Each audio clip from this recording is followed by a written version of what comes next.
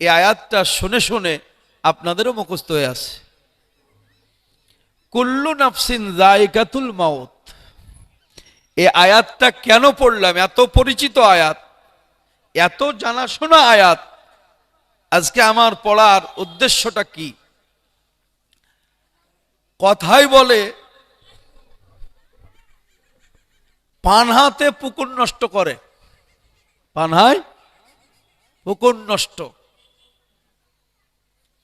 জমি নষ্ট মনে করুন, আজে বাজে জঙ্গল, এই সমস্ত বিষয়ে আমাদের ধর্মের মধ্যে বিভিন্ন ধরনের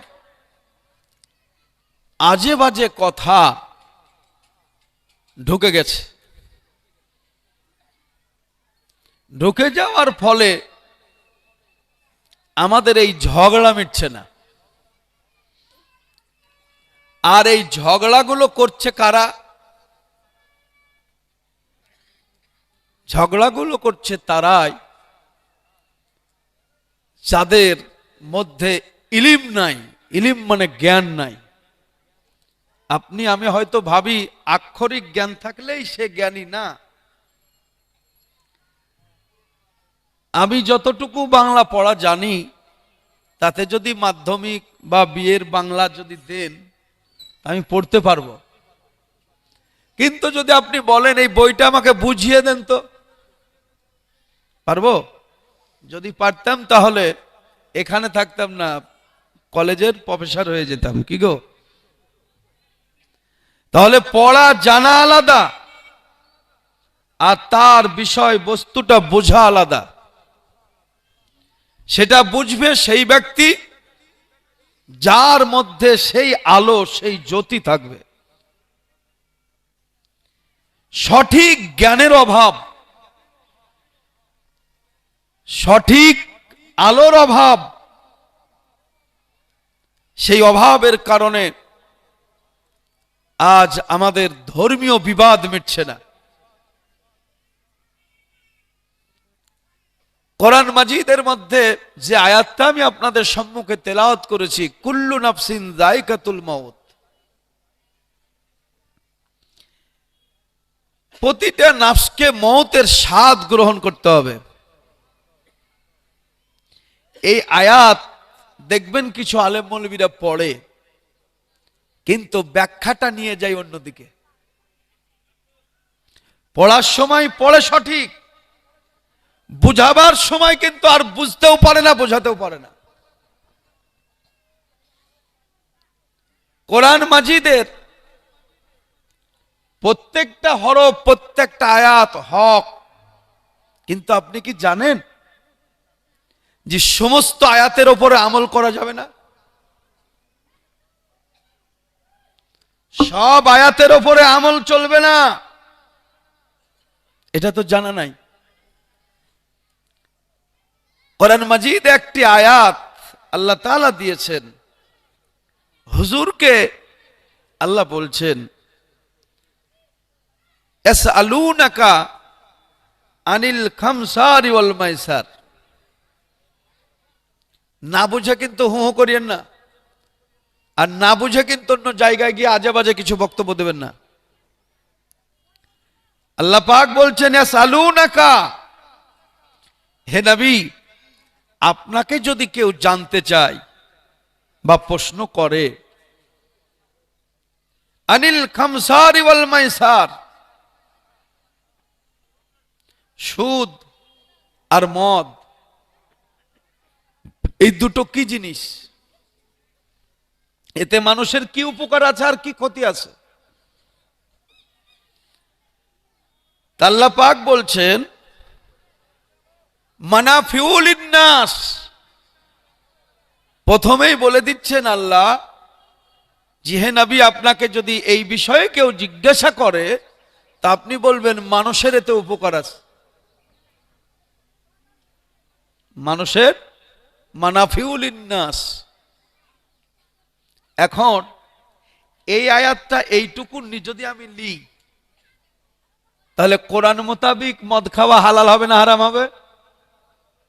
হালাল হবে না?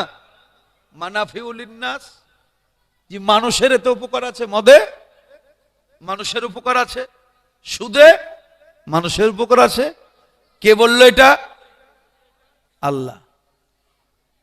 ইয়াসালুনাকা আনিল খামসারি ওয়াল মাইসার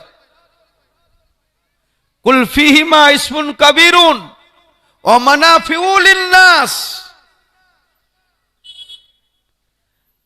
মহান আল্লাহ পাক বলছেন, আপনাকে যদি মদ আর সুদ সম্পর্কে কেউ জিজ্ঞাসা করে তো আপনি বলবেন এতে ক্ষতি আছে।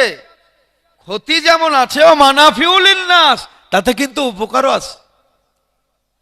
তাহলে এবার মনে করুন, ক্ষতির দিকে না গিয়ে যতটুকুতে উপকার আছে ততটুকু আমি গিলবো। একসাথে হয়তো আপনার মনে করুন 500 গ্রাম মদ খেলে আমি বেশি মাতাল হয়ে যাব, তা না করে সকালবেলায় 100 গ্রাম, দুপুরে 100 গ্রাম, রাতে 100 গ্রাম, এইভাবে মারবো। কি গো? এই আয়াতটা কখন নাজিল হয়েছিল?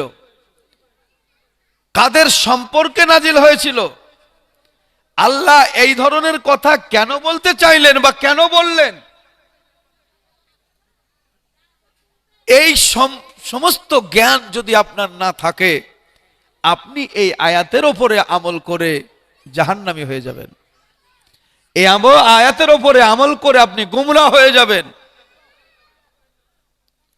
ভাইরা আমার, বাবারা আমার, সেই কারণে জ্ঞানের প্রয়োজন। এই ঝগড়া বিবাদগুলো লাগছে কেন? জ্ঞান পাপী আক্ষরিক জ্ঞানে গুণান্বিত আবু জাহেল মার্কা কিছু পণ্ডিত ধর্মের, মনে করুন কি বলবো, আপনার মুঠা ধরেছে। লাঙল চালা জানে না, মুঠা ধরে বসে আছে। এই ধরনের ধার্মিকদের কারণে আজ সমাজের মধ্যে আমাদের এত রকমের ঝগড়া ঝামেলা বিভিন্ন ধরন। সেই কারণে বলবো খুব সাবধান। মদ মানুষ সেই সময় প্রচুর পরিমাণে খেত। এই আয়াতটা নাজিল হয়েছিল সেই সময় যখন মানুষ শুরু ইসলাম গ্রহণ করেছিল। প্রথম তো হট করে তো বলতে পারা যায় না যে মদ খাবি না, পারা যায়? হট করে তো বলতে পারা যায় না তো এই করতে হবে, ওই করতে হবে, তাই করতে হবে। আল্লাহ পাক কোরআন মাজিদের মধ্যে বললেন,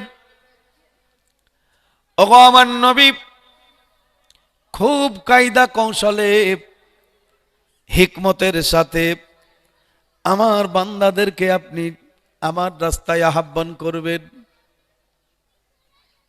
সঙ্গে সঙ্গে যদি বলা হতো আজ থেকে মদ হারাম,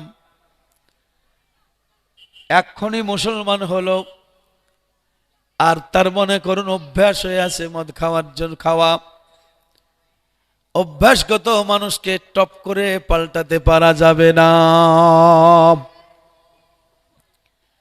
আমার নবী, আপনার নবী প্রথমে নামাজ নিয়ে আসেননি, প্রথমে আপনার যাকাতের কথা বলেননি, প্রথমে হজের কথা বলেননি, প্রথমে রোজার কথা বলেন নাই। প্রথম নাম্বার হলো, জমি আবাদ করতে হলে জমির যে ওপরের ঘাসগুলো আছে, আগাছাগুলো আছে, সেইগুলোকে পরিষ্কার করতে হবে। তারপরে লাঙল দিতে হবে, লাঙলটা ভালো হবে। তারপরে সুন্দর করে জমিটাকে সাজিয়ে নেওয়ার পরে আপনাকে বীজ ছিটিয়ে দিতে হবে, তবেই সেই জমিতে আপনার ফসল ফলবে ভালো। কালেমা লা ইলাহা ইল্লাল্লাহ মুহাম্মাদুর রাসূলুল্লাহ সাল্লাল্লাহু আলাইহি সাল্লাম, এই কালেমার বাণী দিয়ে আল্লাহ পাকের নবীকে আল্লাহ পাক বললেন, ওগো আমার নবী, আমার বান্দাদের দেহ জমিন নয়, আমার বান্দাদের কাল্ব একেবারে অচল হয়ে পড়ে আছে। এই অচল কাল্বটাকে তুমি পরিষ্কার করো এই কালেমা দিয়া। আল্লাহর নবী এই কালেমা দিয়ে মানুষের হৃদয়কে প্রথমে মনে করুন পরিষ্কার করে দিলেন। তারপরে দয়াল নবী মুহাম্মদ রাসূলুল্লাহ সাল্লাল্লাহু আলাইহি সাল্লাম দেখলেন এখন মানুষের দিল যখন পরিষ্কার হয়ে গেছে, এই পরিষ্কার দিলে যদি আমি নামাজ রেখে দিই বান্দা আর অস্বীকার করবে না। তখন মনে করুন নামাজের কথা চলে আসলো, তারপরে রোজার কথা চলে আসলো, হজের কথা চলে আসলো, যাকাতের কথা চলে আসলো।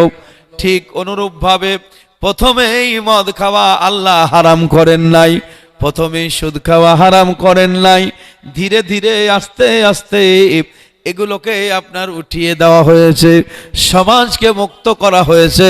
কিন্তু আয়াতগুলো কোরআনের মধ্যে থেকেই গিয়েছে, এই আয়াত বাদ দেওয়া যাবে না। ভাইরা বাবারা আমার, কোরআনের প্রত্যেকটি আয়াতের উপর আমল করা যাবে না। এখন কোন আয়াতের উপর আমল করা যাবে না আর কোন আয়াতের উপর আমল করা যাবে, আপনি শুধুমাত্র আক্ষরিক জ্ঞানে কিন্তু বুঝতে পারবেন না। কোরআন নিয়ে এসে কিনে নিয়ে এসে পড়াতে আপনি বুঝতে পারবেন না। কোরআন বুঝাবার জন্য আমার আল্লাহ পাক দয়াল নবীকে কোরআন দিয়েছিলেন, পৃথিবীর অন্য কোনো মানুষকে আল্লাহ কোরআন দেন নাই। তার কারণ আল্লাহকে যিনি ভালোভাবে বোঝেন তিনি হচ্ছেন রাসূলুল্লাহ, আর নবীকে যিনি ভালোভাবে জানেন বোঝেন তিনি হলেন স্বয়ং আল্লাহ। রাসূল বলছেন আমার হাকিকাত, আমার বাস্তবতা, আমি বাস্তবে কি তোমরা ভাবিও না মক্কার জমিনে চলি তাই তোমার মতো, তুমি ভাবিও না তোমাদের সঙ্গে উঠা বসা করি তাই তোমাদের মতো, তুমি ভাবিও না আব্দুল্লাহর ঘরে আমি এসেছি তাই তোমাদের মতো। রাসূল বলছেন আমি কে আর আমি কি, আমার বাস্তবতা কি, আমার হাকিকাতটা কি, আমার আল্লাহ ছাড়া দ্বিতীয় আর কেউ জানে না। জোরে বলুন সুবহানাল্লাহ। তাহলে যে নবীর হাকিকাত আল্লাহ ছাড়া আর কেউ জানে না, আপনার আমার সামান্য একটু জ্ঞানে কি বুঝবেন আপনি? আমি যদি বলি আপনারা আমাকে চিনেন, আপনি বলবেন কেন চিনবো না, সেই দিন তুমি জন্ম হলো, তোমার বাপের বিয়ে দিলাম। তো এই চিনাটুকু তো চিনা নয়, হাকিকাতে আরো বহু কিছু আছে। ভাইরা আমার, বাবারা আমার, ঝগড়া নয়, ঝগড়া করে লাভ হবে না, বরং জমি আবাদ করুন মীমাংসা করে নিয়ে। ভাই এইটুকু তোমার, এইটুকু আমার, তুমি ওইটুকু আবাদ করো, এইটুকু আমি আবাদ করছি, দেখবেন ফসল ফলবে। ঠিক অনুরূপভাবে ধর্মের মধ্যে তর্ক করে, বিবাদ করে, ঝগড়া করে কোনোদিন আপনি সঠিক জায়গায় পৌঁছাতে পারবেন না। বিগত দিনেও কেউ পারেনি, এখনো পারবেন না। কিয়ামত পর্যন্ত যদি ঝগড়াই চলে, আসল জায়গা পড়ে থাকবে, আবাদ হবে না। চারটা মুজাহাব যখন সত্য হক বলে আমরা মেনেছি, শাফি মাযহাবের লোক যারা যে মতে চলছে আপনি মেনে নেন, ঠিক করছে। হানাফি মাযহাবের মানুষ যারা যেটা করছে মনে করুন এটা ঠিক করছে।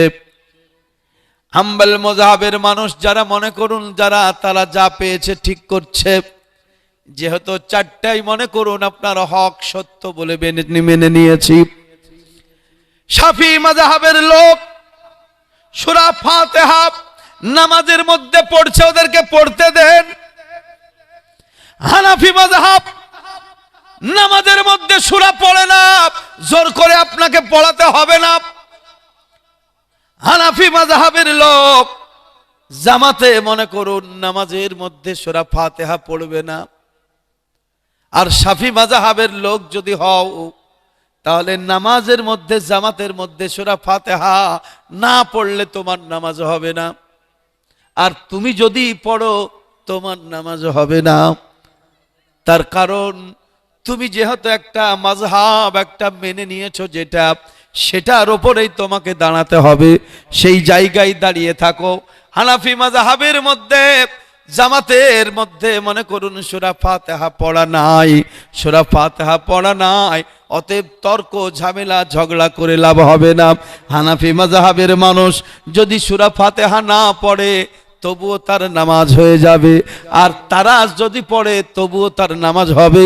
তার কারণ ইমাম শাফি রাহমাতুল্লাহ আলাইহি সূরা ফাতিহা আপনার পড়েছেন, হাদিস শরীফের মধ্যে আপনার যা আছে উনি ওই মোতাবিক আমল করেছেন, ওনাকে ওই জায়গায় ছেড়ে দেন, ঝগড়া করবেন না যে তোমার এটা হলো না আমার এটা সহি, এই সহি আর হলো না, না হলো না, এটা ত্যাগ করুন। যতক্ষণ পর্যন্ত ত্যাগ না করবেন এ ঝগড়া কোনোদিন মিটবে না।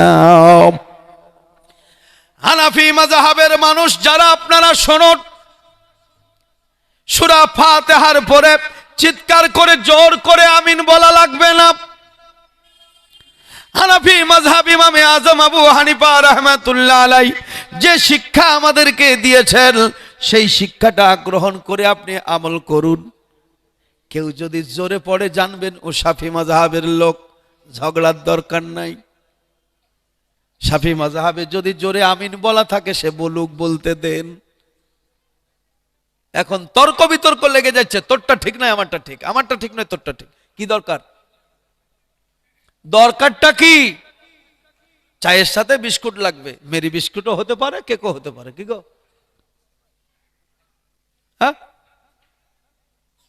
কেউ বাসি ভাত খেয়ে বের হলো, কেউ রুটি খেয়ে বের হলো, উদ্দেশ্য কি? সকালে দুটো খাওয়া লাগবে। এখন বাসিওয়ালা যদি বলে রুটি তুই কিলে কেন খেলি, রুটিওয়ালা যদি বলে বাসি তুই কেন খেলি, এ বিবাদ চলবে? ছেড়ে দেন, একটা সময় ছেড়ে দেন। ঝগড়া সারা জীবন যদি চালিয়ে যান কখন আবাদ করবেন, কখন? বাবারা, ভাইয়েরা আমার, মা বোনেরা আমার, জগৎ থেকে একদিন যাওয়া লাগবে। নিজেকে তৈরি করুন, নিজেকে তৈরি করুন। আপনি যদি সঠিকভাবে তৈরি না হন পরজগতে গিয়ে আপনার কোনো লাভ নাই, কোনো লাভ নাই। কুল্লু নাফসিন যায়কাতুল মাউত, মউতের স্বাদ গ্রহণ করতে হবে। আমি বলেছি, আল্লাহর কোরআনও বলেছে যায়কাতুল মাউত। মরতে আল্লাহ কোনো জায়গায় বলেন নাই, কোনো জায়গায় বলেন নাই। আল্লাহ পাক বলছেন যায়কাতুল মাউত, বান্দারে আমি মউত সৃষ্টি করেছি, এই মউতের স্বাদ গ্রহণ করো। সুম্মা ইলাইনা তুরজাউন, তোমাকে আমি আল্লাহ জগতের বুকে পাঠিয়েছিলাম, তুমি আবার জগৎ থেকে ফিরে আমার কাছেই তুমি এসো। লড়াইটা অন্য জায়গায় থাকার দরকার ছিল আমাদের, যে আমি কেমন করে মানুষ হব, কি করে পবিত্র হব। পবিত্র বান্দাকে যেহেতু আল্লাহ ভালোবাসেন, ভালো মানুষকে যেহেতু ভালোবাসেন, আমাদের উচিত ছিল ভালো মানুষ হওয়ার, ভালো মানুষ হওয়ার লড়াইয়ের দরকার ছিল। কিন্তু আমাদেরকে এমন একটা জায়গায় কিছু নালায়েক, জাহেল, আলেম সমাজের বুকে এরা এমন একটা জায়গায় আপনাকে আমাকে পৌঁছে দিয়েছে, আপনার সেই জায়গা, সেই আসল জায়গা ছেড়ে দিয়ে আপনি এখন নকল নিয়ে ব্যস্ত। এমন এমন কথা আবিষ্কার করা হচ্ছে, এমন এমন কথা আবিষ্কার করা হচ্ছে সমাজের বুকে, মানুষ সেই সমস্ত কথা নিয়ে ব্যস্ত, আসল মদ্দা, আসল জায়গা ছেড়ে দিয়েছে। দেখবেন মৌলভী সাহেবরা বলে, অনেকেই বলেন, দুনিয়াতে এসেছো কি নিয়ে যাবা, কি করবা, দরকার কি, দরকার কি?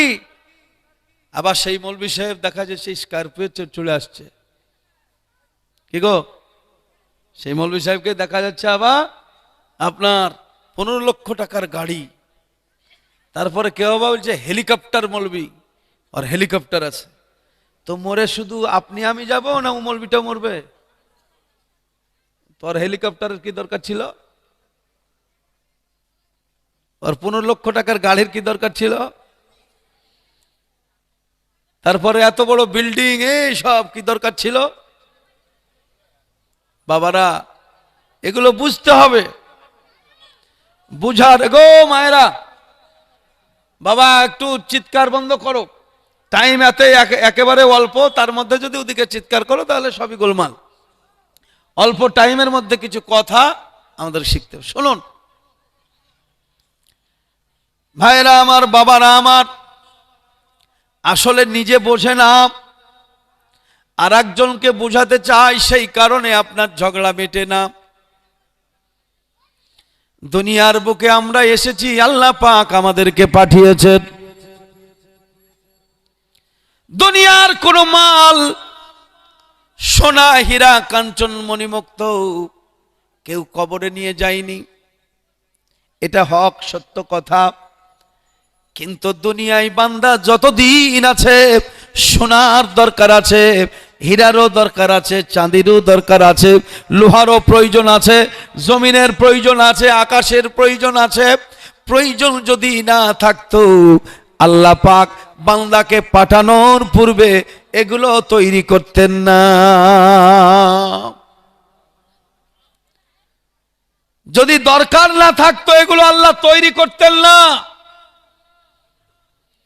প্রয়োজন আছে তাই আল্লাহ তৈরি করেছেন। এখন আমরা কি করছি? একেবারে টোটালে সে আল্লাহকে ভুলে গিয়ে এই দুনিয়ার মোহে পড়ে যাচ্ছি, এটাই হচ্ছে ভুল। দুনিয়া কামাতে আল্লাহ নিষেধ করেননি,